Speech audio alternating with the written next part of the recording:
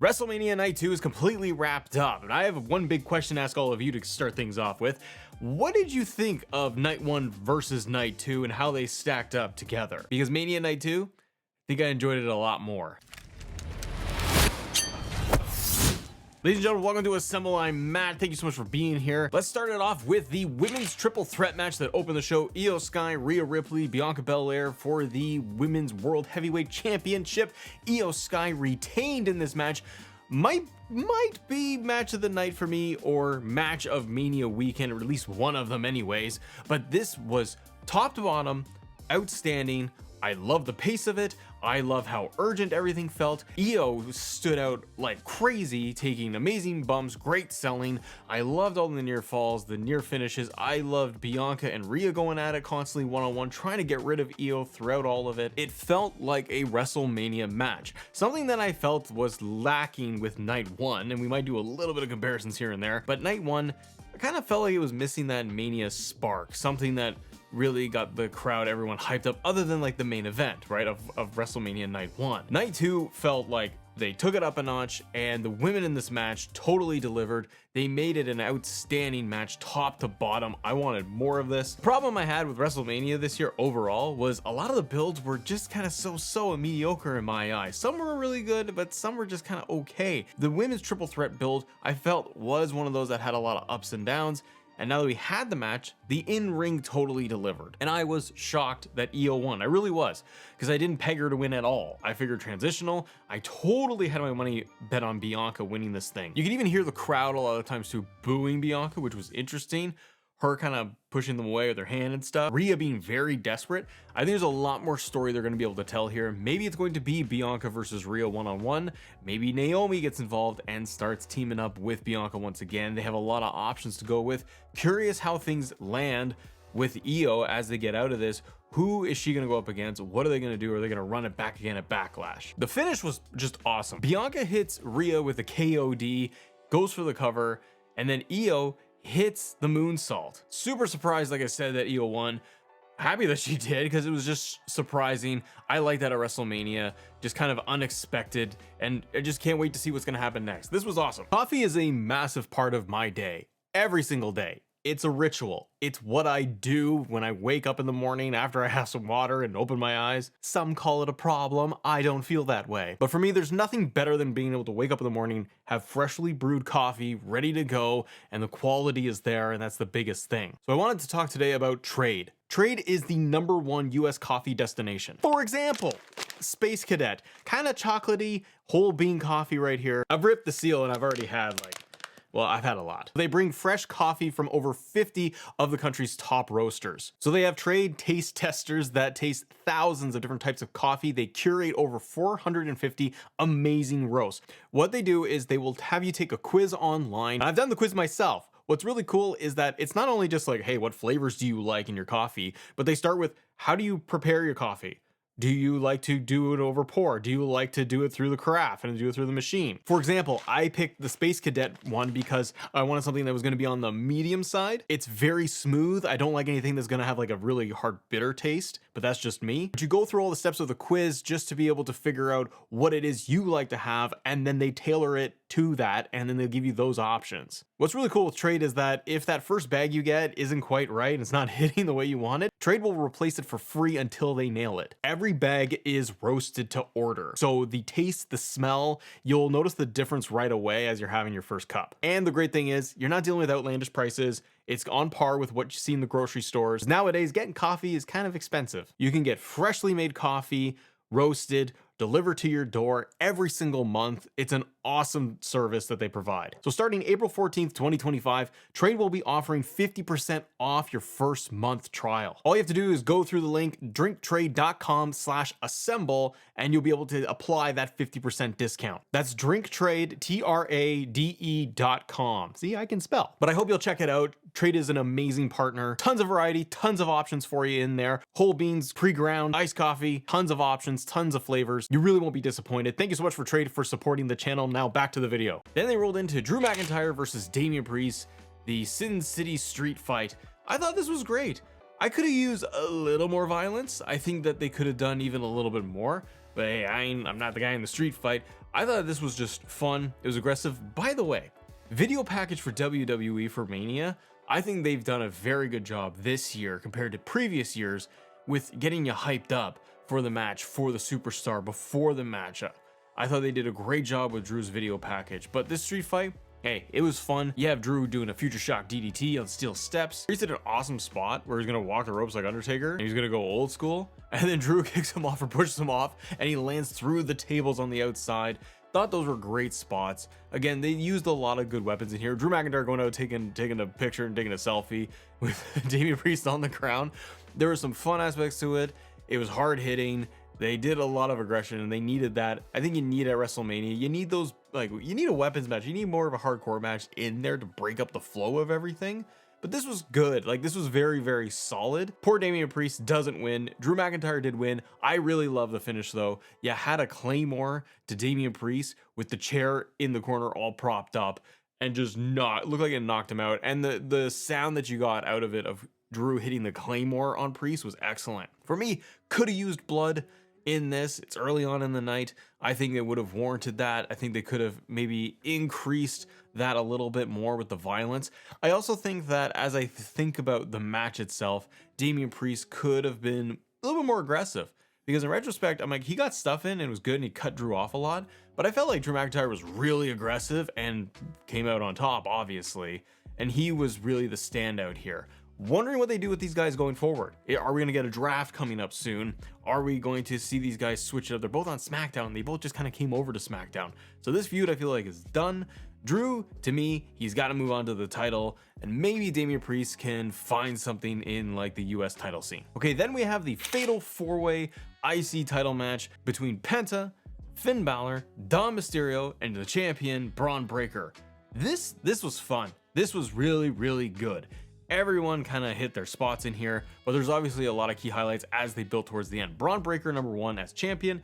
I thought he did great. Just a lot of big powerhouse moves in there. Penta, and you know, shout out to Penta and Rey Fenix, both getting WrestleMania matches their first year in WWE. That's pretty cool for those guys. So about, I don't know, halfway through, you had Dom Mysterio going for a 619 onto Finn. Finn catches him, so that was the first sign that we had it of them kind of breaking down in the match, which I thought was really well done. The interesting part for me was the crowd throughout all of this in this match.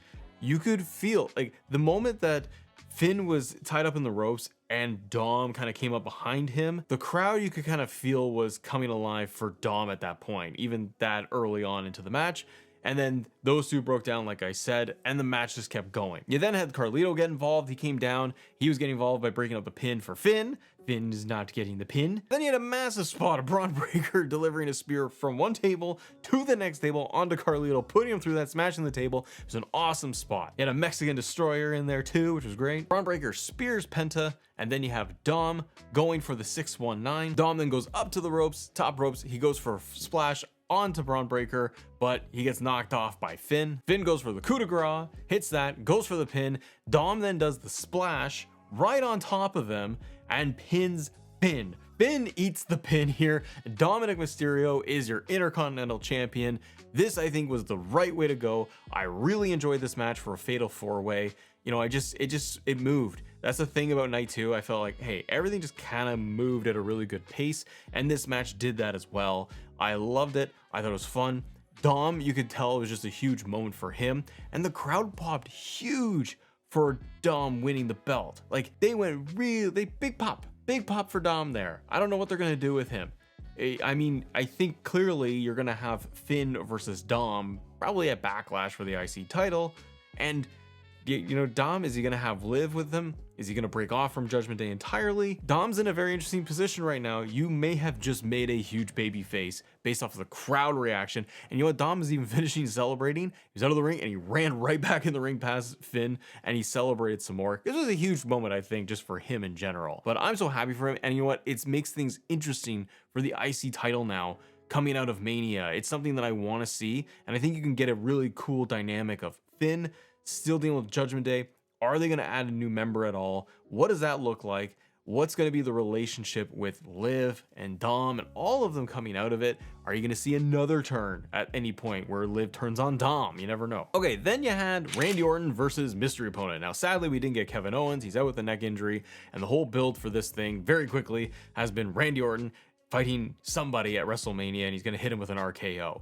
This led me to believe that we were going to get Aleister Black, or we were going to get Rusev, or maybe we were going to get Nick Aldis coming out and giving us a match against Randy. Randy has a promo in the ring to start things off, calling somebody out, anybody, and then we get Joe Hendry. The TNA champion Joe Hendry comes out. Huge shock surprise. I loved it. The crowd was shocked. They cheered him. They chanted for him the whole way through. This match was quick. It was really just to showcase Randy Orton, but you did have some nice spots in there for Joe Hendry to do his pose, to hit a couple of moves, but ultimately it was going to be Randy Orton picking up the victory over Joe Hendry. I just thought it was fun, and it was a good way to use Joe Hendry, and it was a good way to not use anybody else like an Aleister Black or a Rusev if you wanted Randy Orton to go over. What I mean is, like, Joe Hendry in that spot, I think, can afford it. He can afford to lose there to Randy Orton. I don't think it's really going to hurt him all that much. It's going to make him more popular in my eyes. Also, shout out to Randy Orton with his trunks, because I believe that those were kind of a throwback callback to his original ones that he wore on like his SmackDown debut, because they were like the blue, like the dark blue. I really liked it. The best was just the ending. It was that Joe Hendry was going in for his pose. He turned, he stared at the camera, and RKO out of nowhere, which is exactly what you wanted. Pins him, Randy Orton wins, and then they hit a second RKO, and Randy does a pose as well for himself. Just fun, and great for Randy Orton to be able to get a match in there. Wasn't just thrown away. I just thought it was a great, fun spot, and you know what? It was a good lift from everything for the night, and just kind of kept things going. Now, the next match was probably my low point for the night. Logan Paul versus AJ Styles. I say low point, it was still very good. There was nothing wrong with this match whatsoever. I really like AJ Styles. I thought that this was going to be pretty much what I expected, where these two are going to go back and they're going to trade a bunch of good spots and good moves. But I was never invested with the build. It was just about having Logan Paul have a match, showcase against AJ Styles, and AJ's going to humble him. It really didn't have much going for it other than two guys that can do a lot of moves and make it kind of fun in the ring. It just didn't have that big WrestleMania build or feel to it in my eyes. And again, it was good. There was nothing wrong with this. The ending was very, I don't say, oh, it was so predictable, because what do I know? But predictable in that, okay, we have the Logan Paul buddy coming out with brass knucks. How many times have they done that shtick? It gets old. Now they did cut it off, and you have Karrion Kross get involved. I'm a big fan of Mr. Kross. I like Karrion Kross. I'm glad he at least made it on WrestleMania in some form or fashion. And then he set up that whole thing by blocking Logan Paul with the brass knucks. Logan Paul ultimately wins, hitting the pulverizer onto AJ Styles. And it was good. It just wasn't anything that I was like over the moon about in excitement. Logan Paul will no doubt probably go away for several months until it's like SummerSlam or a Saudi show, and then he'll make a return. But the positive here is that we could be looking at another feud or building a feud between AJ Styles and Karrion Kross. Something I would really like to see. I know they had the match on Raw, but you know what? You got way more mileage out of that for the next couple of months than you do Logan Paul doing something else with like AJ or Kross or anything like that. So I hope that like Backlash, you're going to get Kross on a PLE going up against AJ. I think could be really good, and I'd just be curious to see what the dynamic is. And I think Kross is somebody that they have been building backstage for a long time. He finally got a match on Raw recently. I want to see more of that, and I think AJ is a great opponent, and maybe give Karrion Kross a win eventually over AJ. Then we have the women's tag team title match. Now this is kind of interesting to me because, well, you have the champs Liv and Raquel, and before Mania you had Bayley getting taken out by a mystery attacker, and presumably it's Liv and Raquel, but we don't know for sure. So Lyra has no partner. Enter Becky Lynch. Becky makes the return at WrestleMania. She teams up with Lyra. And they, you know what, big pop, big reaction for Becky. I like Becky. She looked kind of more like the man version of Becky, which I really liked. The match was good. It was fine. It wasn't anything outstanding. It was kind of what you would expect for, you know, a surprise guest tag team partner. Manhandle slam at the end to Liv. Becky picks up the victory. You got new tag team champions in Lyra, who is the IC. She's a double champ now. She's Lyra 2 belts. So you got Lyra as the IC champ and tag team champion with Becky, and Bayley is taken out, and we don't know what's going to happen there. I mean, it's a great moment just for the live crowd, I think, and for people that like Becky Lynch. You're getting a big return, a big pop, so that's always cool. Now it's going to be interesting to me to see what do they do next. Now Liv and Raquel from Judgment Day don't have tag titles. Dom is the only one now with the IC title, so he's kind of the man of Judgment Day. See what they're going to do there. How will Liv react? She's going to be upset about all this and disgruntled. She can turn and side with Finn. You never know. Becky and Lyra feels short term. We don't know if Becky's going to be around for like a whole year straight, but you never know. But you got Lyra with the IC title too. It kind of just shows you the pecking order of this belt. Like, I wish they were doing something at Mania with the women's US and the IC title, like proper feuds, but here we are. And you had this rush, like the gauntlet match with Bayley, and she did all that work, just get knocked out. My hope with Bayley is losing this spot at WrestleMania. I hope it's a feud with Roxanne Perez, a proper one, because they've done it, but they didn't follow through with it. It's like they just pumped the brakes. And I felt like for a while, you could have built Roxanne versus Bayley 1-on-1 at Mania this year, and they didn't. They dropped it a little early. I kind of wonder if you're going to have mystery attacker and it's going to be Roxanne, and then you could set up Roxanne and Bayley for a long feud and you get a lot more mileage out of that. And that way you really establish Roxanne on the main roster against Bayley, and you have a lot of story you can unpack there. Where does Lyra and Becky go from here? I really don't know, because the women's tag division is very much thrown together. I think they need a new set of teams. I kind of like to see if down the road, if Bianca becomes heel again, maybe you get her and Naomi as bad guys going and taking those titles back, but who knows, remains to be seen. Thought the match was good.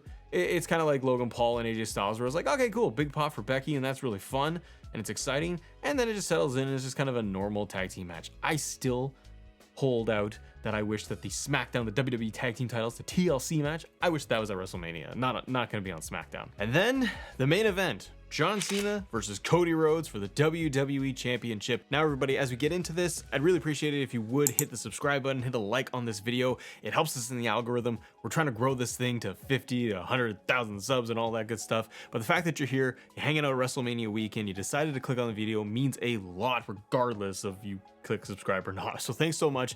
Let's get into this. We have a brand new WWE champion. It is John Cena. Now, I have notes galore about this match and thoughts on it. Comment below, what did you think overall of this as the main event for night 2? Cena's entrance, Cena's wrestling, his demeanor throughout the match, loved it. Cena comes out, it's black and white, it's his name, it's not splashy with all the vibrant colors we are used to. He's got black armbands, all these little touches for his entrance. He's got the spotlight, felt like Dave Bautista when he's got like kind of just everything dimmed down a little bit more. Loved the entrance, it suited him for what this was. And then the wrestling overall done by John Cena, I think was deliberate, slow paced, everything was broken down slowly, including the 5 moves of doom. Every single shoulder tackle, it was one and then it was stopped. He didn't do the normal John Cena flow of a match. It worked really well, and Cody was constantly on defense, just eating it and doing all the running around and hitting everything from Cena and getting a couple of comebacks in there. So like slow pace, a lot of lariats, a lot of hitting. Cena at the start, you know, grabbing the ropes and exiting to slow the match down. I really liked everything about Cena's approach. The crowd was interesting for Cena. You get the let's go Cena, Cena sucks and all that, but you were getting a lot of cheering for John Cena. You got a lot of boos for Cody Rhodes. I found this interesting. I was kind of half expecting that this is what the crowd would do or could do, where they're kind of liking John Cena. And I don't know if they're turning against Cody. I don't really see it that way, but I just think it's for the moment, the hype of it all and the potential of him winning the championship was a big deal for everyone. Going through the match, Cena hits those shoulder tackles. You think he's going to go through it really quickly, like he always does, and no, he does not. He shoulder tackles and stops. Does a suplex onto Cody eventually, but then you're getting a finger poke by Cody onto Cena. Cody's making comebacks throughout. You got an avalanche attitude adjustment, which was great. Cody making comebacks. The AA to the STFU I thought was great. Cody trying to get to the ropes. Cena just ripping him back, just using all his muscle. Like, I thought that was really good. We had a ref bump. We had a crossroads. There's an attitude adjustment. The ref comes back. Cody kicking out of the AA. And then Travis Scott his music hits, and then he comes down to the ring. Travis Scott gets on the apron. He starts just chatting it up with John Cena. Cody comes to, and then as Travis Scott gets off the ropes to the ground, crossroads to John Cena, and the ref is going to count to 3. Travis Scott pulls the referee out of the ring, knocks him out, and then Travis Scott gets into the ring with Cody Rhodes. Now, once Travis Scott gets into the ring with Cody, they go face to face, and then Cody ends up hitting the crossroads, getting his revenge on Travis Scott, and then he's done for a bit. Cena's in the background, he's got the title belt, they do a bit of a tug of war thing, and then Cody with the belt, he hesitates. And it's like Star Wars, and he got the Jedi, and he can't do the bad thing, and he's too good. Cody doesn't do it, he doesn't pull the trigger and hit Cena. He's reluctant, he just can't bring himself to do it, which I thought was really good. Cena just quickly turns, hits him in the low area, in the front area, and then grabs the belt, and we get John Cena hitting Cody with the championship, goes for the cover, 1, 2, 3, John Cena wins. John Cena is a 17th time champion. He beats Cody Rhodes in the ring with one hit of the title belt. No big thing of hitting him with the chairs, making him a bloody mess. Nothing else came of it. I watched to the very end to see if there was going to be The Rock. It go all the way until the Netflix logo popped up on screen. There was nothing else that happened. You had John Cena and Travis Scott stand tall in the ring holding up the championships, and that's it. That's how they ended WrestleMania Night 2. But there's a lot to unpack with Cena, Cody, what they could do. Number one, what did you think of Cena winning the championship this way? Is this how you wanted it? Do you think that this was the best move? Could they have done anything differently? I like the whole pace of the match like I talked about, and I think that the finish was pretty good. I mean, you could have upped the violence of it if you really wanted to go that way, but they didn't. They're doing something different. The Rock, could he have shown up and gotten involved? Sure, maybe that would have elevated it a lot more, but I think it did the trick. I mean, I'm interested. The big thing for me is I am glad that Cena won, because Cody without the belt, now I feel like you get a little bit of a breather, and we go in some new interesting directions with the champion John Cena being a heel, not always being around all the time, and Cody can fight from underneath and eventually get his win back, which is an interesting story. And it's really cool because it's like Empire Strikes Back, where you had the bad guys on night 1 and night 2 win. Paul Heyman turned, walked out with Seth Rollins. John Cena won the championship. You ended WrestleMania on 2 negatives, kind of, but they were shocking, interesting, and the crowd loved both main events, it seemed like, from the live experience. I thought the main event with Cena I was kind of shocked that he won just by getting hit with the belt. Thought maybe he'd hit him with the belt and then kind of go into STFU or an AA or something to really finish it, but they didn't. Leaves a lot of questions, and that's what I really like coming out of WrestleMania. Will Cena be at Backlash? Will he fight Randy Orton? Will he go right into rematches with Cody?